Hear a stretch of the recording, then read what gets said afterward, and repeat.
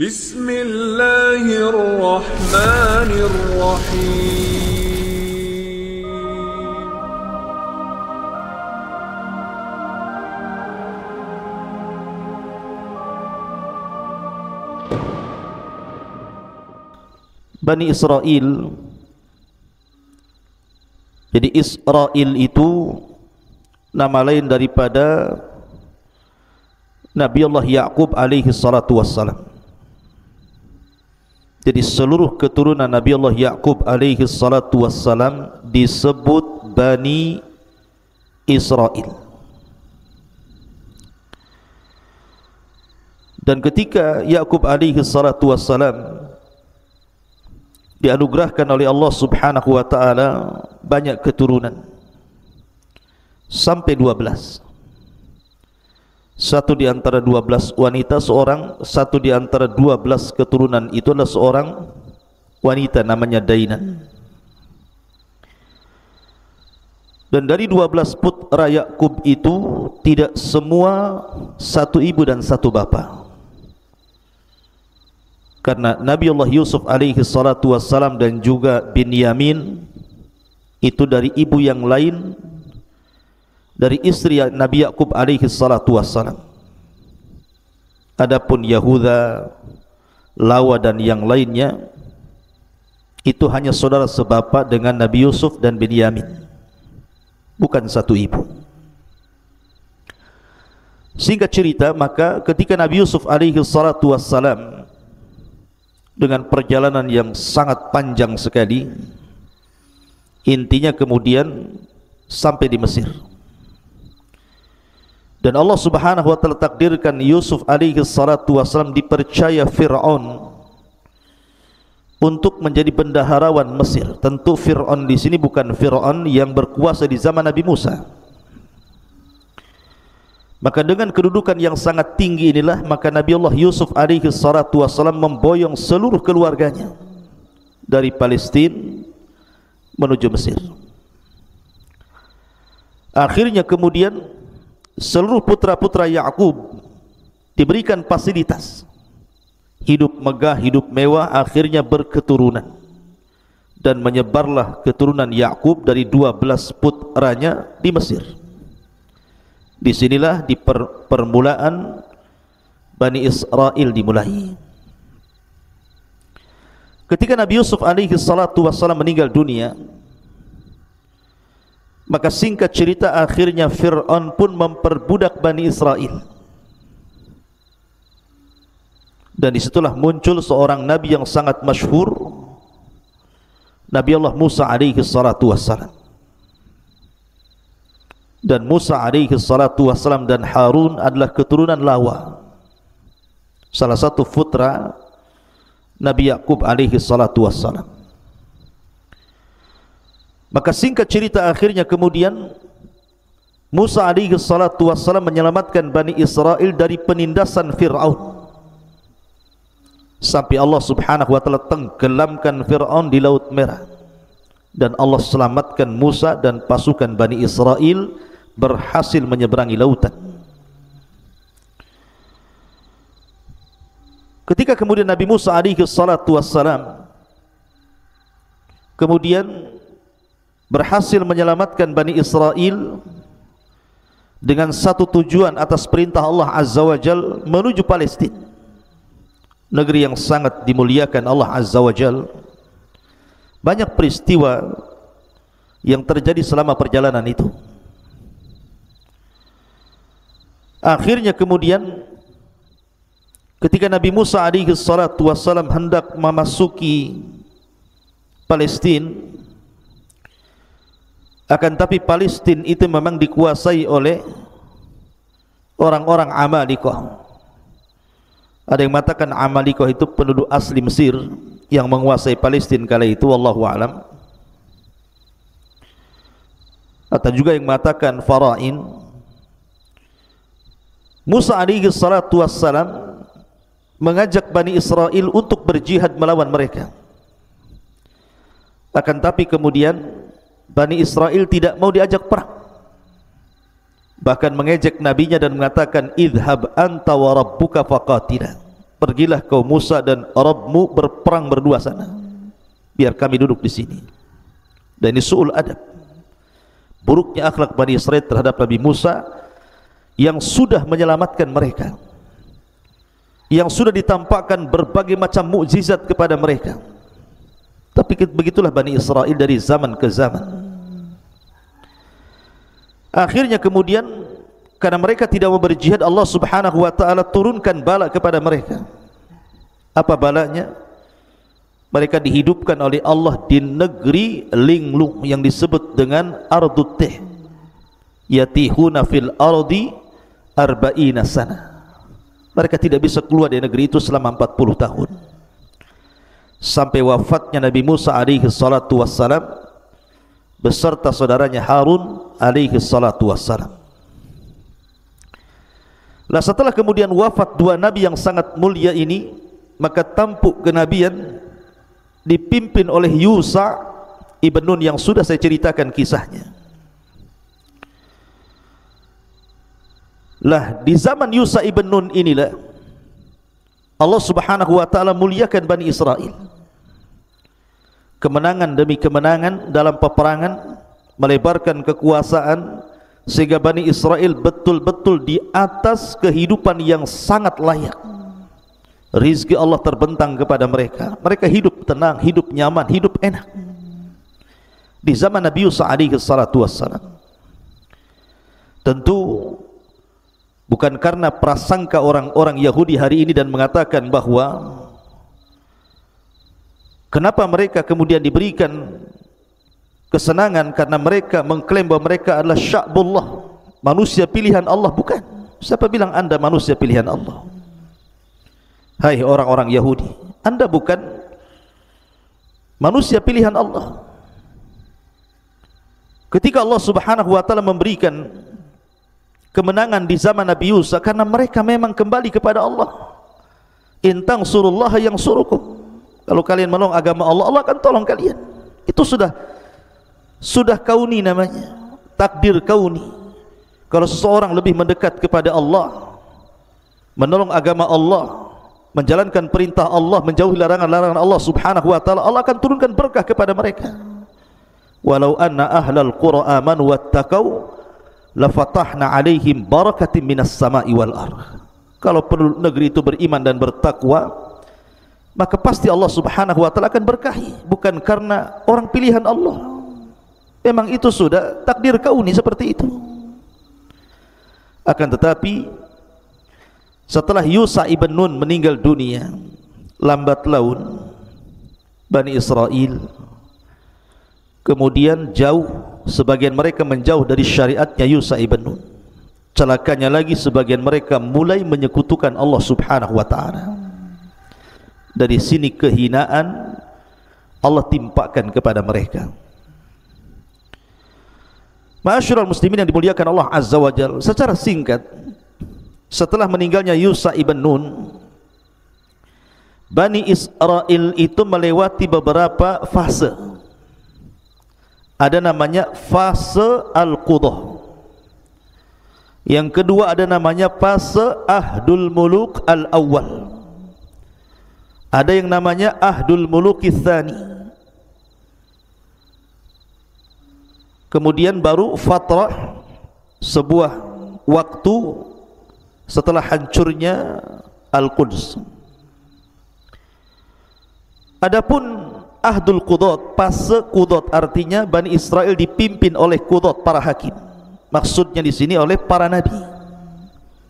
Karena Bani Israel awalnya mereka dipimpin oleh para nabi sebagai hakim mereka. Kalau ada apapun maka mereka akan diskusi dengan para nabi. Walaupun kenyataannya banyak mereka mendustakan para nabi, bahkan sebagiannya membunuh para nabi. Fariqan kadzabtum wa fariqan taqtulun. Sebagian mereka mendustakan para nabi, bahkan sebagian mereka membunuh para nabi. Naudzubillah. Baru setelah kemudian fase hakim-hakim dari kalangan para nabi ini, barulah kemudian ada namanya fase Ahdul Mulukil Awal, fase kerajaan yang dipimpin raja pertama. di dalam sejarah Bani Israel. Dan raja yang pertama nanti yang akan saya kisahkan pada malam hari ini adalah Raja Talut. Tentu pilihan seorang nabi namanya Syamuel. Siapa Syamuel nanti kita jelaskan. Kemudian setelah Talut digantikan oleh Daud. Daud adalah seorang nabi yang menikahi salah satu putri daripada Talut. Dialah yang kemudian menjadi raja plus jadi nabi, dan itu satu-satunya sejarah di mana Bani Israel dipimpin oleh raja plus nabi. Dialah Daud alaihi salatu wassalam, dan juga putranya Nabi Allah Sulaiman alaihi salatu wassalam. Baru kemudian fase yang ketiga setelah Nabi Allah Sulaiman alaihi salatu wassalam meninggal dunia, kemudian dipimpin oleh putranya namanya Rahba'am ibn Sulaiman. Di sinilah kemudian Bani Israel terpecah menjadi dua kerajaan. Ada kerajaan di sisi selatan yang disebut dengan kerajaan Yahuda, tentu dengan Yerusalem sebagai ibu kotanya. Dan ada kerajaan di sisi utara yang disebut dengan kerajaan Israel dengan Samaria sebagai ibu kotanya. Tapi kemudian akhirnya dua kerajaan ini runtuh karena putra Nabi Allah Sulaiman tidak seperti ayahnya dan tidak seperti kakeknya.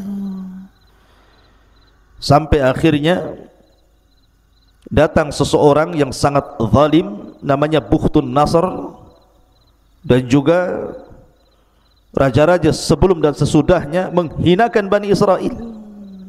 Akhirnya Bani Israel kemudian di bawah hukum orang-orang Persia, kemudian juga Bani Israel akhirnya juga di bawah hukum orang-orang Yunan, kemudian juga Bani Israel di bawah hukum orang-orang Romawi, dan begitu seterusnya. Setiap zaman dihinakan. Na'udzubillah. Tapi yang ingin saya kisahkan di malam hari ini adalah dua fase. Pertama, fase Al-Qudat, dan yang kedua fase Ahdul Mulukil Awal. Baik, ma'asyiral muslimin yang dimuliakan Allah Subhanahu wa taala. Ketika wafatnya Yusha ibn Nun, maka terjadi kekacauan di antara Bani Israel. Sekali lagi saya katakan, ada sebagian Bani Israel yang masih taat dengan syariat nabinya, tapi ada juga yang kemudian mereka menentang syariat nabinya, bahkan sampai masuk kepada kesyirikan dan kekufuran.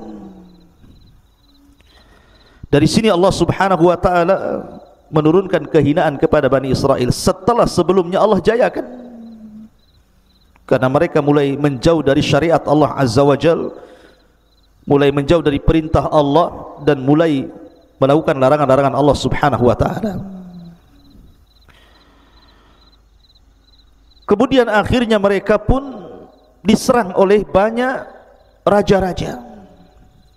Banyak yang kemudian negara-negara menyerang Bani Israel. Yang sangat masyhur tentu adalah Bukhtun Nasr yang menghancurkan Palestina sehancur-hancurnya. Dan sudah saya kisahkan ceritanya. Singkat cerita, setelah kemudian Bani Israel berperang tetapi tidak mengalami kemenangan, tidak sebagaimana saat di zaman Yusha ibn Nun hidup, mereka selalu mengalami kekalahan. Maka di saat itulah kemudian hilangnya papan Taurat. Saat terjadi peperangan, banyak peperangan itu, hilang papan Taurat. Kemudian juga mereka mulai dihinakan, kehidupan mereka mulai susah. Dan yang lebih parah lagi, inqita'un nubuwah, terputusnya kenabian.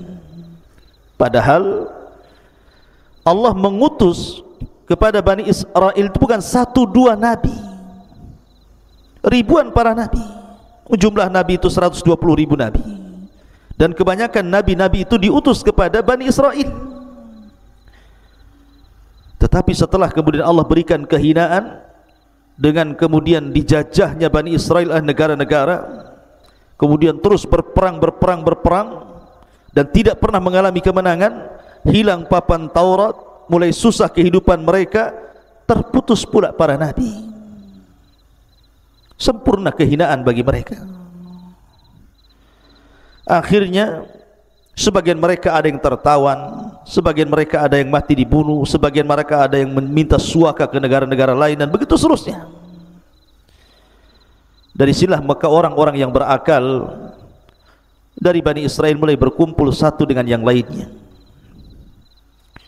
Barulah mereka sadar apa yang mereka lakukan. Mereka ingin taubat kepada Allah Subhanahu wa ta'ala. Kemudian mereka berdoa kepada Allah Azza wa Jalla, ingin minta seorang nabi lagi supaya diutus kepada mereka yang bisa mencabut kehinaan yang Allah timpakan kepada mereka dan mengalami kemenangan kembali. Dan kita tahu bahwa tradisi Bani Israel sejak zaman Nabi Yakub alaihi salatu wassalam, dari 12 turunannya ada putra Yakub yang disebut dengan Yahuda. Seluruh turunan Yahuda itu akan menjadi raja bagi Bani Israel, dan itu berdasarkan takdir Allah Azza wa Jalla. Jadi turunan Yahuda itulah yang berhak menjadi raja dari raja-raja Bani Israel. Kemudian juga ada putra Yakub namanya Lawa ibn Yakub, seluruh turunannya jadi nabi.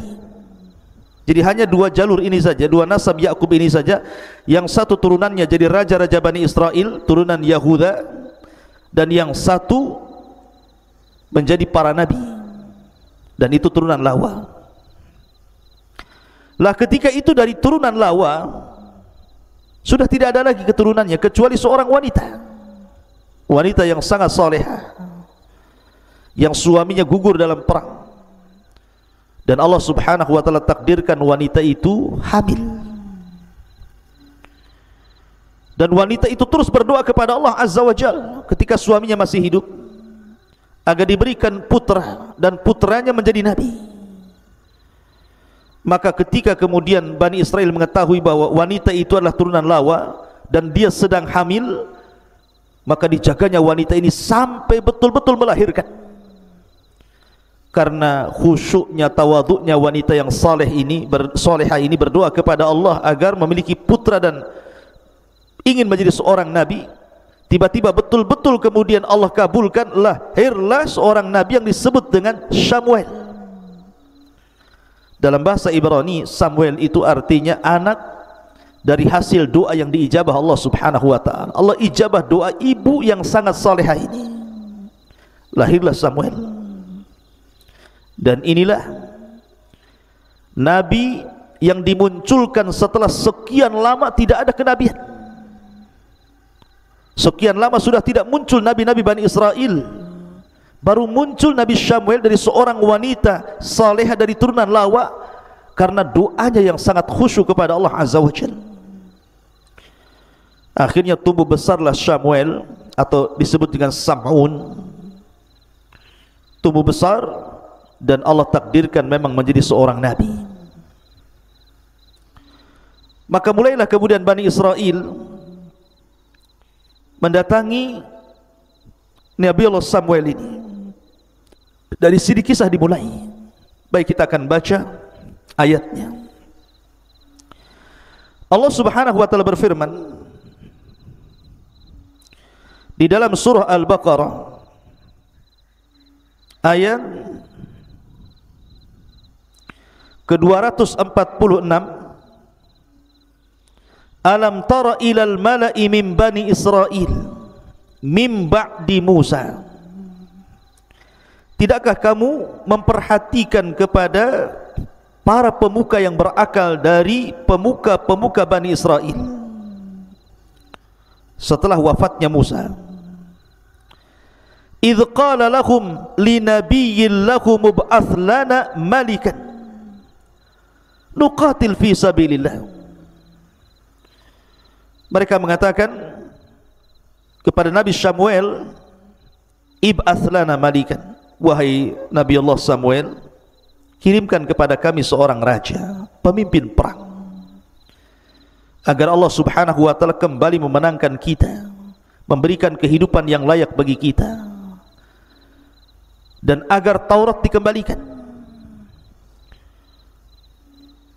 dan kami siap berperang di jalan Allah subhanahu wa ta'ala. Tapi lihat jawaban Nabi yang bijak ini. Qala hal asaitum in kutiba alaikumul qitalu alla tuqatilu. Jangan-jangan jika diwajibkan kepada kalian untuk berperang, kalian pula tak mau perang. Subhanallah. Samuel mengingatkan kakek buyut mereka di zaman Nabi Musa. Ketika Musa hendak membebaskan Palestina, apa kata kakek buyut mereka dari Bani Israel ini? Idhab anta wa rabbuka faqatila.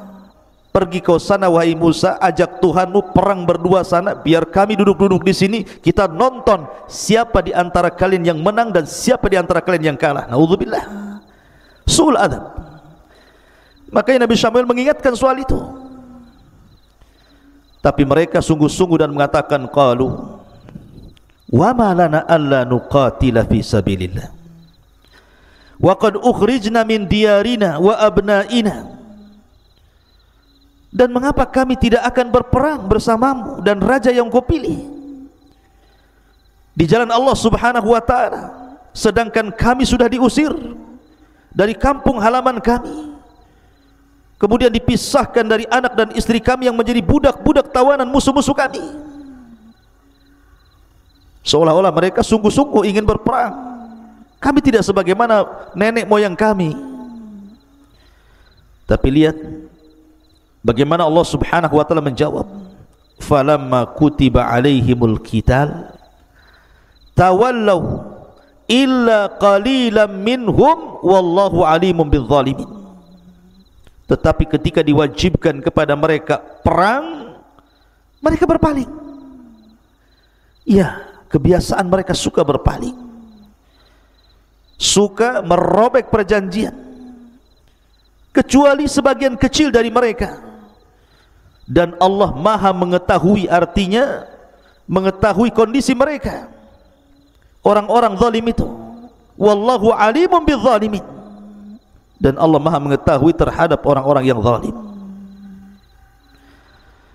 Ma'asyiral muslimin yang dimuliakan Allah azza wa jalla, mereka terus mengeluh kepada Nabi Samuel agar dipilihkan kepada mereka seorang raja yang akan memimpin mereka.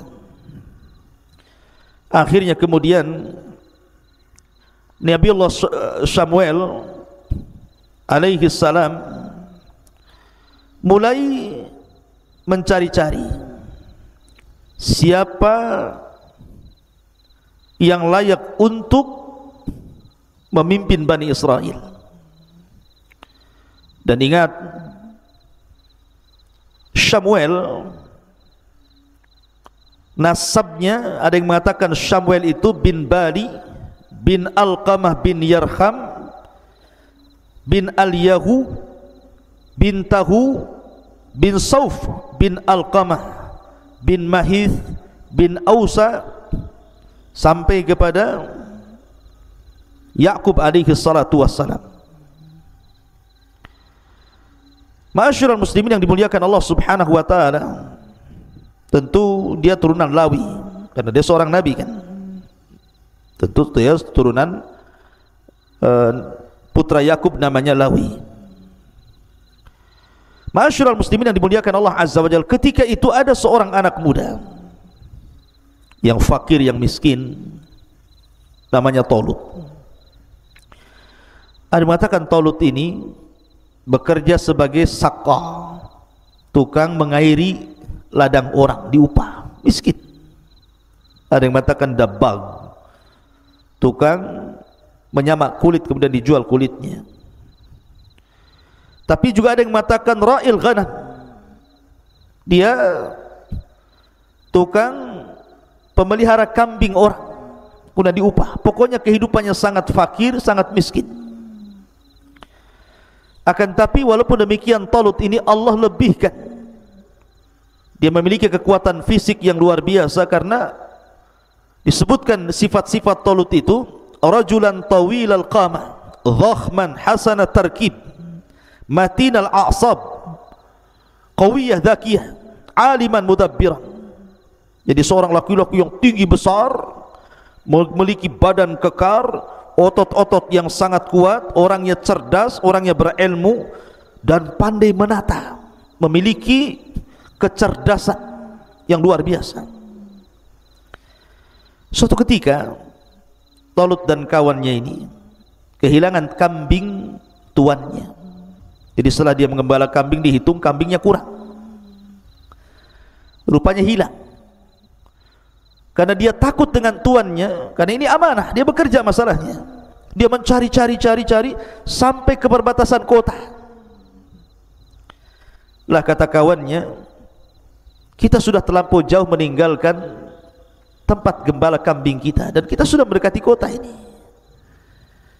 Lah kawannya ini kenal dengan Nabi Allah Samuel dan dia mengatakan, sungguh kita ini sudah dekat dengan kota dan sudah dekat dengan rumahnya seorang Nabi Bani Israel, Samuel.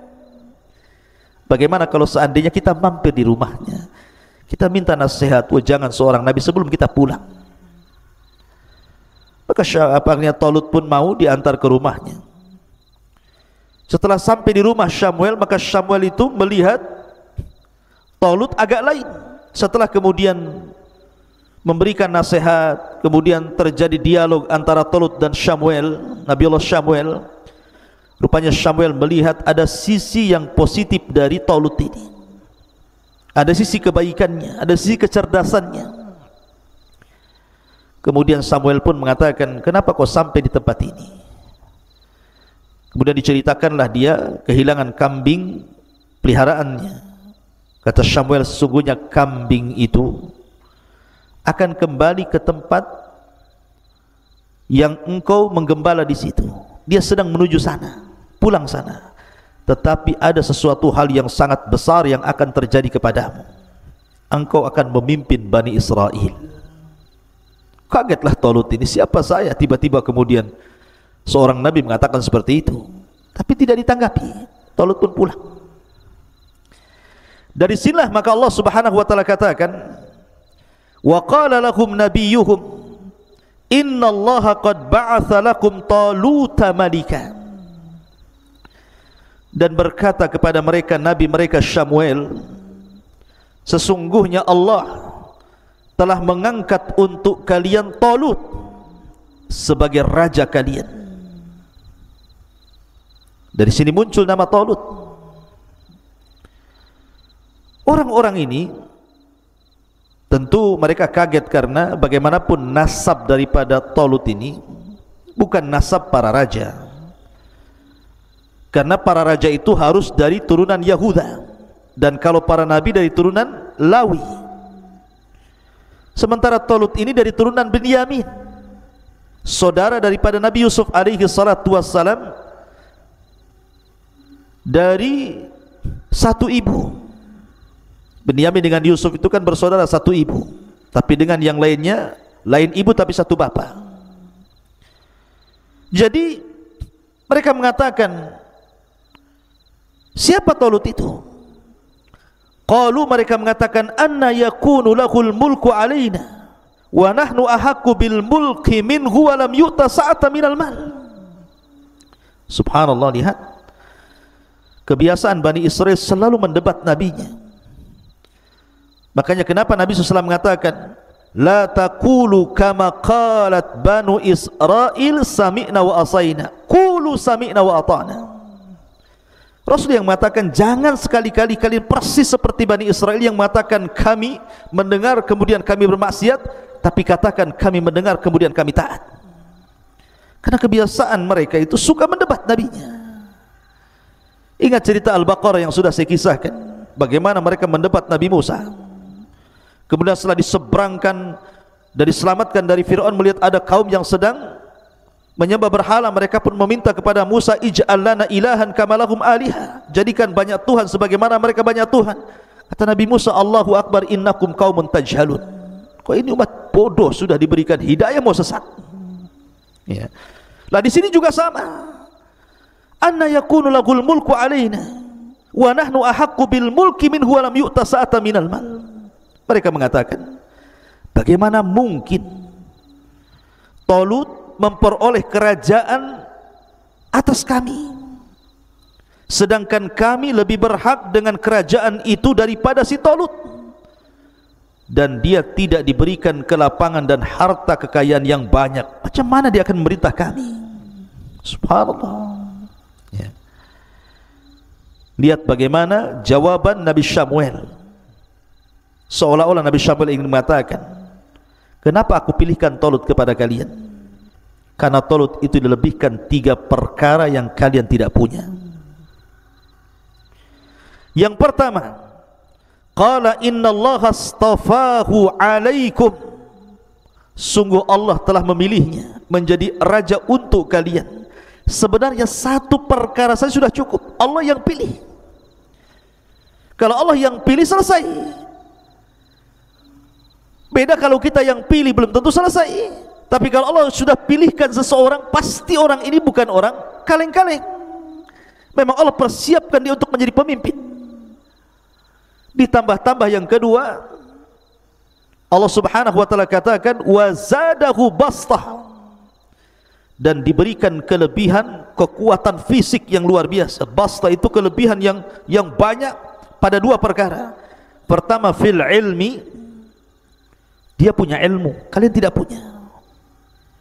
Dia memiliki kecerdasan, kalian tidak punya. Dan yang ketiga, bastatan fil jismi, dan dia juga orangnya fisiknya kuat. Jadi selain orang pilihan, 1, yang kedua Allah cerdaskan, 2, yang ketiga jasadnya, fisiknya memang kuat. Talut ini,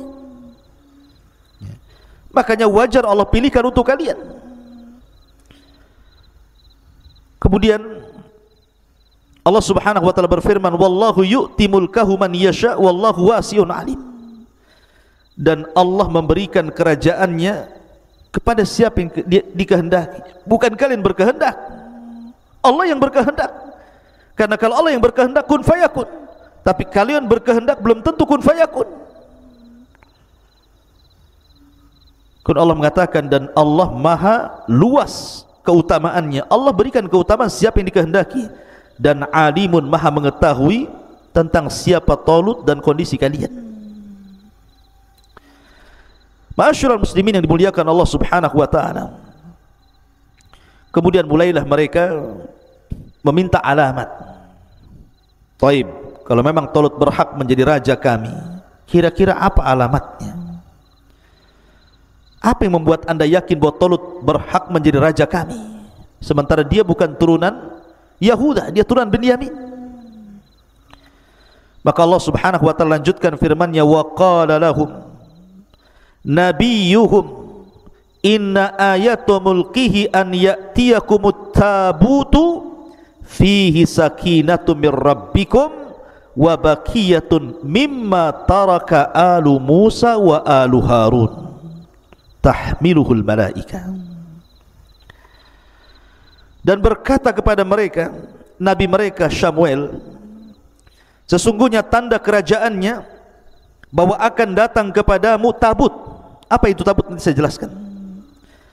Yang di dalamnya terdapat ketenangan dari Tuhanmu dan sisa-sisa peninggalan Musa dan juga Harun, dan kelak akan dibawa oleh para malaikat.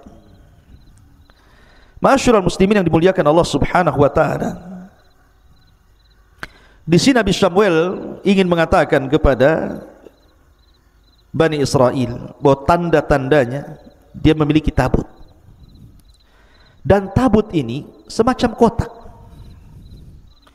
Dulu di zaman Nabi Musa alaihi salatu wassalam, tabut ini adalah tempat penyimpanan papan Taurat. Dan Musa alaihi salatu wassalam selalu membawa papan itu di dalam kotak yang disebut dengan tabut itu dalam setiap peperangan.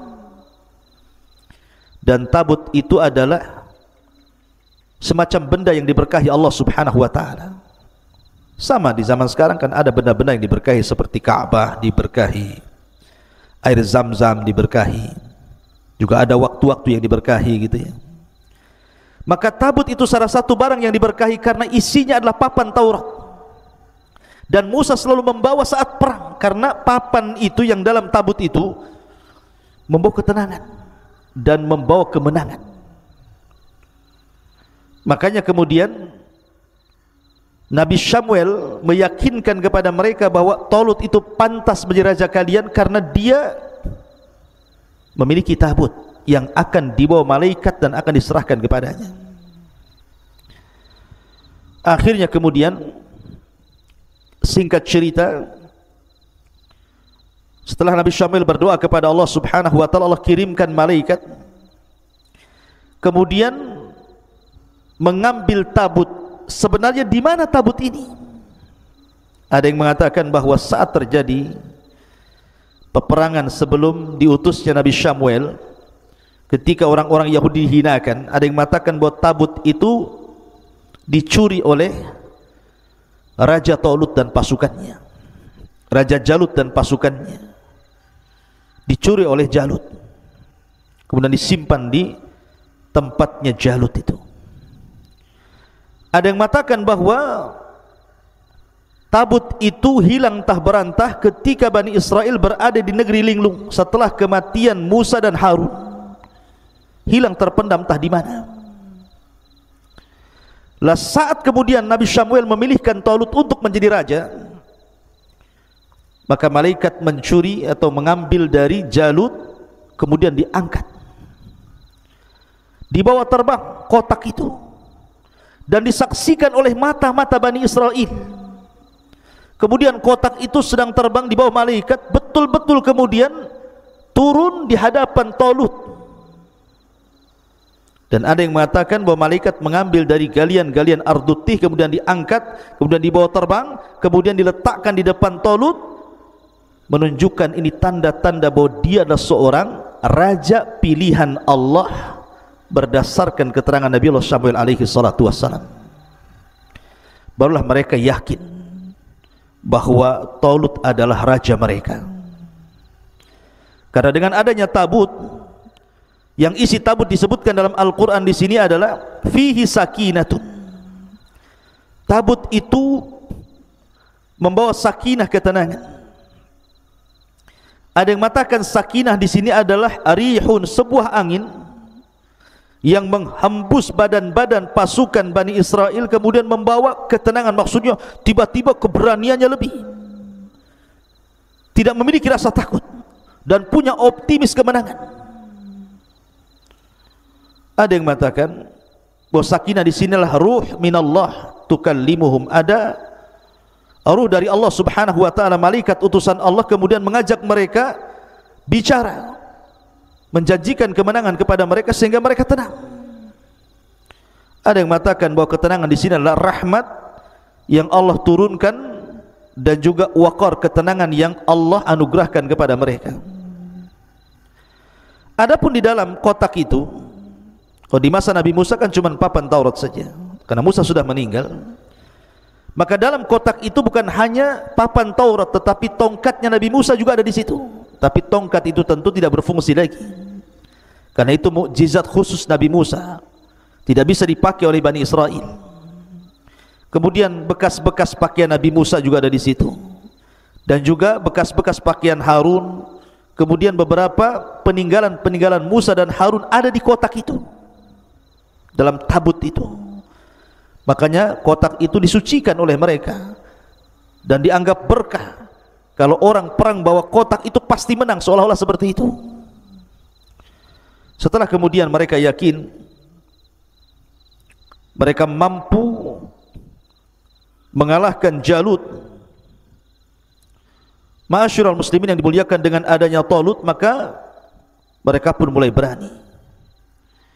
Kalau Allah mengatakan inna fi dzalika laayatan lakum in kuntum mu'minin, sesungguhnya pada yang demikian itu benar-benar terdapat tanda kebesaran Allah bagi kalian jika kamu orang-orang yang beriman. Akhirnya setelah kemudian pasukan disiapkan, Talut mempersiapkan pasukan pilihan, maka Talut pun berangkat membawa pasukan Bani Israel untuk melawan Jalut. Lah ketika itu ada yang mengatakan dalam riwayat tentu riwayat Israiliyat bahwa jumlah pasukan yang dibawa oleh Raja Talut ini, dan ini raja pertama di Bani Israel, karena ini masuk pada Ahdul Mulukil Awal, fase kerajaan pertama, sudah tidak dipimpin oleh nabi-nabi lagi, sekarang mulai dipimpin oleh raja sebagaimana apa yang mereka kehendaki. Maka Talut pun membawa pasukan berapa? Thamanuna alfan, 80.000 pasukan Bani Israel. Tetapi tentu Allah Subhanahu wa ta'ala hendak menguji mereka. Dari 80.000 pasukan ini, tidak semua ikut terlibat dalam perang. Mereka harus melalui ujian-ujian. Siapa yang pantas menjadi pasukan Talut dan siapa yang tidak pantas. Makanya Allah mengatakan, falamma fasala Taluta bil junud qala innallaha mubtaliikum binahar. Maka ketika Talut membawa bala tentaranya yang 80.000 itu, dia mulai menguji ini, tentu atas perintah Allah. Innallaha mubtaliikum binahar. Ingat, Allah akan menguji kalian dengan sebuah sungai. Ada yang mengatakan sungai itu adalah sungai syariah. Sungai syariah ini pemisah antara negeri Urdun dan Palestina. Di tengah-tengahnya itu disebut sungai syariah di situ. Kalian akan melewati sungai syariah. Faman syariba minhu falaysa minni wa man lam yat'amhu fa innahu minni illa man ightarafa ghurfatan biyadi. Kata Talut, maka barang siapa yang meminum air dari telaga syariah itu, maka dia bukan pengikutku, dia bukan pasukanku, kembali pulang. Dan barang siapa yang tidak meminumnya, maka dia adalah pengikutku, pasukanku. Illa man ightarafa ghurfatan biyadi, kecuali yang menciduk dengan satu kali cidukan dengan tangannya. Kalaupun harus minum, satu kali cidukan saja. Subhanallah. Ketika betul-betul mereka melewati sungai syariah itu, yang 80.000 orang itu, mereka sudah berjalan jauh, melintasi gurun pasir, gurun Sahara, panas, kering, kelontang, bukit, gunung, lembah. Mereka kehausan. Tiba-tiba ada sungai. Coba apa yang ada di benak anda itu? Orang kehausan itu kadang-kadang dari kejauhan disangka sungai, padahal fata morgana. Apalagi betul-betul sungai, kan begitu. Ketika masuk ke dalam sungai, sudah tidak diindahkan lagi perintah Nabi Allah perintah Raja Talut ini. Enggak dipedulikan. Mereka minum banyak-banyak. Dalam cerita Israiliyat ada yang mengatakan bahwa semakin mereka meminum dengan minum banyak dari sungai itu, semakin haus yang berkepanjangan. Tapi orang yang meminum hanya satu ketegukan kemudian berangkat dengan Talut, hilang hausnya. Subhanallah, ini ujian. Ya. Dari 80.000 pasukan itu, rupanya yang minum banyak dari sungai syariah itu 76.000, berarti sisanya hanya 4.000. Awalnya 80.000, kemudian yang minum banyak 76.000, sisanya 4.000 saja. Itulah orang-orang pilihan. Bayangkan, tidak ada setengahnya, tidak ada sepertiganya. Dari 80.000, sisanya hanya 4.000 yang bertahan. Yang 76.000 tumbang. Mereka tidak layak untuk menjadi pengikut dan tentara Talut rahimahullahu ta'ala. Maka Talut pun hanya membawa 4.000 pasukan ini. Maka Allah Subhanahu wa ta'ala kemudian memberikan ujian yang kedua. Falamma jawazahu huwa walladhina amanu ma'ah. Ketika dia Talut menyeberangi sungai itu dan orang-orang yang beriman yang bersamanya, qalu, mereka berkata, la taqata lana yauma bijaluti wa junudi. Nampaknya kami tidak kuat lagi pada hari ini wahai Talut melawan tentara Jalut yang sangat kuat. Subhanallah, ini 4.000 pasukan nih, padahal sudah pilihan nih. ketika betul-betul melihat Jalut dan tentara yang sangat kuat, yang sangat banyak, mulai ciut dari 4.000 ini. Ini ujian kedua nih. Rupanya apa yang terjadi ketika berjumpa dengan Jalut dan pasukannya, berpaling 3.686 orang, sisanya hanya 314 orang. Jadi sisa tentara pilihan itu cuma 314 orang dari 80.000. Setelah berkurang 76.000, berkurang 3.000 lebih, akhirnya sisanya hanya 314. Dan 314 ini berdasarkan hadis Bara bin Azib radhiyallahu an. Ketika dia mengatakan kunna nuhadditsu anna iddata ashabil badri mithla ashabit Talut. Kata Bara bin Azib radhiyallahu an dalam hadis yang sahih bahwa jumlah pasukan Rasul saat perang Badar itu persis seperti jumlah pasukan Talut saat melawan Jalut, 314 orang. Ma'asyiral muslimin yang dimuliakan Allah Subhanahu wa taala. Kemudian orang-orang yang masih teguh, yang 314 orang ini mengatakan, qala alladziina yadhunnuna annakum mulaqullah kam min fi'atin qalilatin ghalabat fi'atan katsiratan biidznillah wallahu ma'as sabirin. Maka orang-orang pilihan yang sisanya hanya 314 orang ini mengatakan, berkatalah mereka yang sangat yakin bahwa mereka akan berjumpa dengan Allah, betapa banyak kelompok yang kecil mampu mengalahkan kelompok yang besar karena izin dari Allah Subhanahu wa taala, dan Allah beserta orang-orang yang sabar. Dan subhanallah, di zaman Nabi sallallahu alaihi wasallam, apa yang terjadi dengan Talut juga terjadi dengan Nabi sallallahu alaihi wasallam dalam perang Badar. Pasukan Rasul 314 orang, sementara pasukan musuh 1.000 lebih. Tapi betapa banyak kelompok yang kecil mampu mengalahkan kelompok yang besar karena izin Allah Subhanahu wa taala. Begitu yakinnya mereka. Ma'asyiral muslimin yang dimuliakan Allah Azza wa Jalla. Kemudian Allah mengatakan walamma barazu li Jalut wa junudi qalu rabbana afrigh alaina sabran wa thabbit aqdamana wansurna 'alal qaumil kafirin. Dan ketika mereka maju melawan Jalut dan tentaranya yang sangat kokoh dan kuat itu, orang-orang yang tersisa hanya 314 orang pilihan ini mengatakan, berdoa kepada Allah, Rabbana afrigh alaina sabra, ya Allah limpahkan kepada kami kesabaran. Minta sabar. Ini pasukan banyak, kalau tidak sabar berpaling mereka. Wa tsabbit aqdamana, kokohkan langkah-langkah kami, jangan berpaling.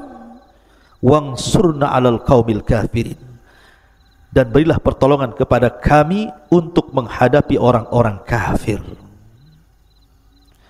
Ma'asyiral muslimin yang dimuliakan Allah Azza wa Jalla, dari 314 orang ini ketika berhadap-hadapan, kita tahu bahwa perang dulu berbeda dengan perang sekarang. Karena perang dulu itu ada istilah mubarazah. Mubarazah itu adu tanding. Mana jagoanmu, ni jagoan saya. Rupanya dari pihak Jalut itu, Jalut sendiri yang maju. Jalut sendiri yang maju, kemudian menantang-nantang jagoan dari pihak Talut. Ma'asyiral muslimin yang dimuliakan Allah Azza wa Jalla, tiba-tiba kemudian satu pasukan pun tidak berani melawan Jalut. Padahal Talut sudah merintahkan, maju satu di antara kalian lawan Jalut. Tidak bergeming. Akhirnya kemudian Talut bingung, kenapa dari 314 orang tidak ada yang mau melayani Jalut. Mulai ketakutan, diuji lagi oleh Allah Azza wa Jalla.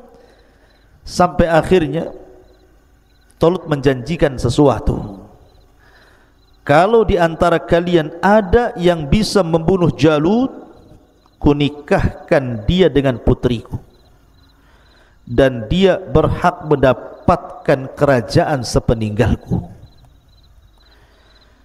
Dua keistimewaan, menikahi putri Talut dan mewarisi tahta kerajaannya. Tapi tidak ada yang mau. Mereka tahu risikonya. Walaupun ini hadiah besar, kalau harus mati konyol buat apa? Nggak jadi nikah, nggak jadi raja kan itu. Tapi Allah takdirkan dari 314 orang ini ada anak yang paling muda, yang paling kecil di antara mereka, baik perawakannya atau usianya. Disinilah muncul nama Daud alaihi salatu wassalam. Masyarul muslimin yang dimuliakan Allah Azza wa Jalla, sebenarnya dalam kisah yang lain Nabi Daud ini sudah diprediksi oleh Samuel ketika dia berdialog dengan Raja Talut dan mengatakan, wahai Talut, sesungguhnya dalam pasukanmu itu akan ada seseorang yang akan membunuh Jalut. Kata Raja Talut, bagaimana caranya? Kemudian dia mengeluarkan baju besi. Pakaikan baju besi ini kepada salah satu pasukan. Siapa yang cocok dengan baju besi ini, maka dia yang akan membunuh Jalut.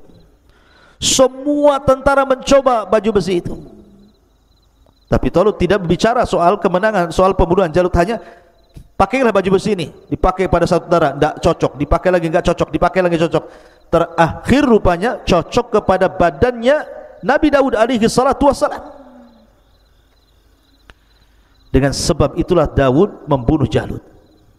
Ada yang mengatakan bahwa tatkala kemudian Daud alaihi salatu wassalam ini hendak berperang, karena Daud ini kan memiliki orang tua, seorang pejuang juga di masa sebelumnya, dan memiliki 6 putra. Yang paling kecil Daud alaihi salatu wassalam, lain nanti kisahnya ada sendiri.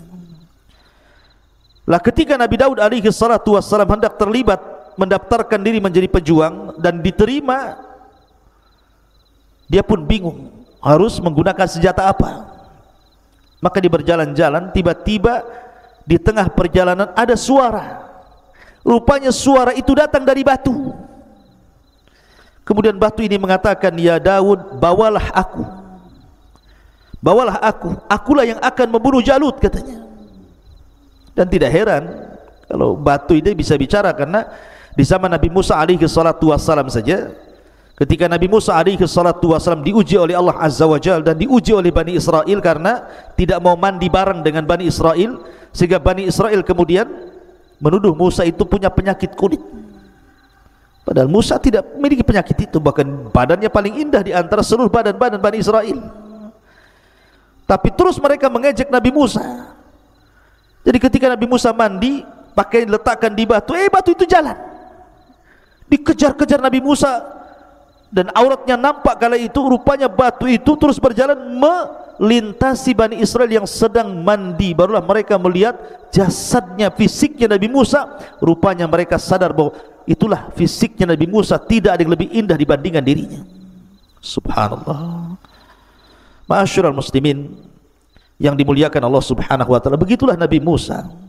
Rahimallahu akhi Musa, kata Rasul, laqad udhiya bi akthar min hadha. Sungguh Allah merahmati Nabi Musa yang sudah diuji lebih banyak dibandingkan ini. Ma'asyiral muslimin yang dimuliakan Allah azza wa, akhirnya kemudian Allah subhanahu wa ta'ala mengatakan,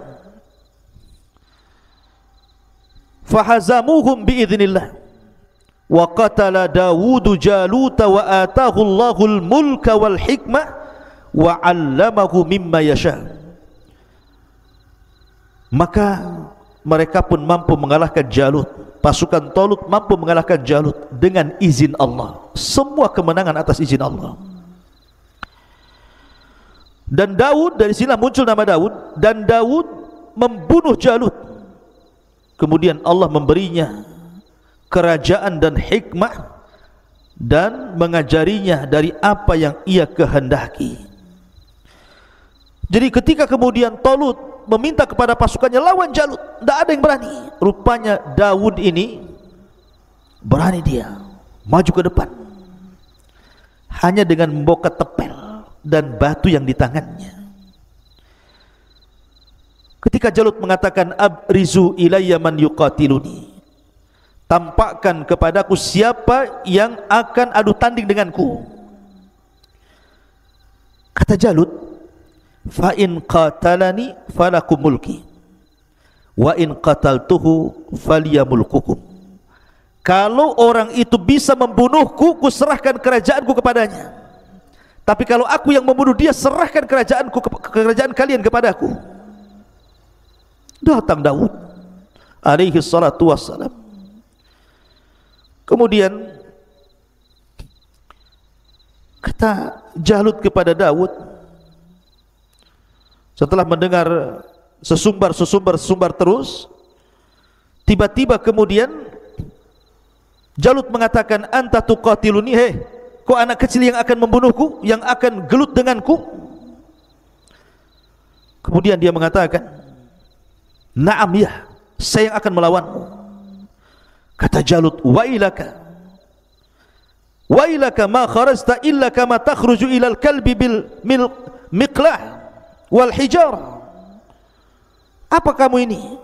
Kamu hanya bawa ketepel, kau hendak membunuhku, itu sama kau hendak keluar mencari anjing dan kau melemparnya. Demi Allah, la ukassiranna lahmaka, aku akan potong-potong dagingmu. Wala ut'imannahul yawma at-tayra was-siba, dan aku akan berikan potongan-potongan tubuhmu biar dimakan burung-burung dan binatang buas. Subhanallah. Ma'asyiral muslimin yang dimuliakan Allah Azza wa Jalla, Daud tenang, dia mengatakan, anta tuqatiluni bal anta aduullah, katanya, bahkan engkau musuh Allah, syarrun minal kalbi, lebih buruk daripada anjing. Ini sudah saling mengejek ini, dan tidak mengapa dalam peperangan, sombong dalam peperangan tidak mengapa. Seperti Ali radhiyallahu anhu mengatakan, ana alladhi sammatni ummi haidarah, sayalah orang yang diberi gelar ibuku sebagai macan hutan. Kalaithi ghabatin karihin mangdara, yang sangat menakutkan. Sombong dalam peperangan enggak apa-apa untuk ngedonkan lawan, tapi sombong di luar perangan tidak boleh. Sebagaimana tipu daya dalam peperangan boleh. Al-kardu haibun, al-harbu kaidun. Harb itu, peperangan itu tipu daya, boleh kita menipu, yang penting menang. Tapi di luar peperangan tidak boleh tipu-tipuan. Di sini saling mengejek. Akhirnya kemudian Daud alaihi salatu wassalam hanya mengambil ketepel, kemudian langsung ditujukan ke kepala Jalut. Subhanallah, terkena di antara dua matanya, tembus ke dalam otaknya, langsung tumbang kemudian mati. Allah takdirkan. Maka ketika Jalut kemudian tumbang, barulah kemudian yang lain mengepung Jalut. Nabi Daud alaihi salam langsung memenggal kepalanya, kemudian menyembunyikan kepalanya. Kemudian masing-masing prajurit datang kepada Tolut, saya yang membunuhnya. Ini buktinya tangannya, ini buktinya kakinya, ini buktinya badannya, macam-macam. Tapi Tolut tahu siapa yang bisa mendatangkan kepalanya, maka dialah yang membunuhnya. Rupanya datang Daud, nenteng kepala Jalut. Dan ingat bahwa ketika dalam peperangan di tempo dulu itu, kalau sudah pemimpinnya mati, maka pasukan akan kehilangan pemimpin, akan dihilangkan perasaan keberaniannya. Maka dengan sebentar saja ketika mereka sudah ciut, karena pimpinan mereka sudah meninggal, maka diseranglah oleh 3.400 orang ini melawan, entah berantah jumlahnya, tetapi sekali lagi berapa banyak kelompok yang kecil mampu mengalahkan kelompok yang besar dengan izin Allah subhanahu wa ta'ala. Akhirnya Daud pun dinikahkan dengan salah satu putri daripada Tolut, dan sepeninggal 2-3 tahun sepeninggal Tolut, kemudian Nabi Daud alaihi salatu wassalam pun akhirnya diangkat menjadi raja kedua, raja plus nabi dari Bani Israel. Makanya Allah subhanahu wa ta'ala mengatakan, walaula daf'ullahi nasa ba'dahum bi ba'din la fasadatil ardu walakinallaha dzu fadlin 'alal alamin. Tilka ayatullah natluha 'alaika bil haqq wa innaka laminal mursalin. Dan kalau Allah tidak melindungi manusia, sebagian mereka dengan sebagian yang lainnya, niscaya rusaklah bumi ini. Tetapi Allah mempunyai karunia yang sangat luas, yang melimpah di seluruh alam. dan Allah berikan karunia Daud sebagai sebab penyebab kematian Jalut.